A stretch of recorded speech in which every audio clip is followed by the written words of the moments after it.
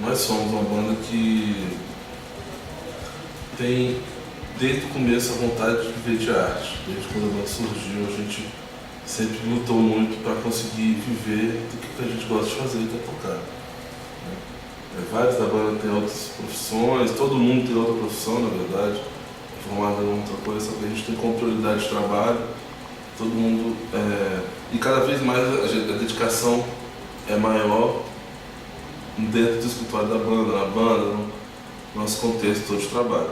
A gente é uma banda-empresa, a gente trabalha formalmente com esse conceito de banda-empresa já tem 2 anos e que dentro da perspectiva do mercado musical, a gente viu a necessidade de se organizar formalmente, né, e digamos, tentar organizar o que a gente já fazia, né, o processo de você ter 10 pessoas, 9 músicos e um produtor, mas que participam desde o processo de composição até a divulgação de cada show, o contato com o público.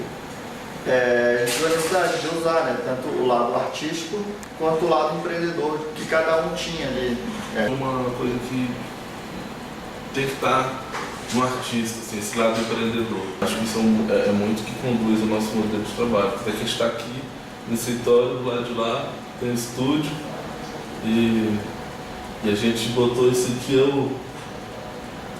são os 2 mundos do Móveis, da gente trabalhar, né, que é o ensaio e o escritório. Buscar um equilíbrio, né, entre tanto não prejudicando a parte artística e também promovendo esse caráter empreendedor. Então hoje tem a parte musical, a gente vai ter a parte de divulgação, da comunicação da banda, né, como ela se estrutura, parte de produção e relações institucionais também. E é um trabalho que não é fácil, assim. Viver de arte é uma coisa complicada, assim, porque ela é cheia de altos e baixos, né? A gente depende sempre de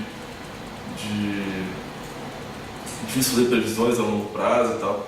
Mas assim, é uma coisa que a gente acredita muito e acha que e tem dado resultado. O Móveis tem crescido bastante quanto empresa, os shows têm cada vez tido mais gente, então a gente vê que é uma coisa possível.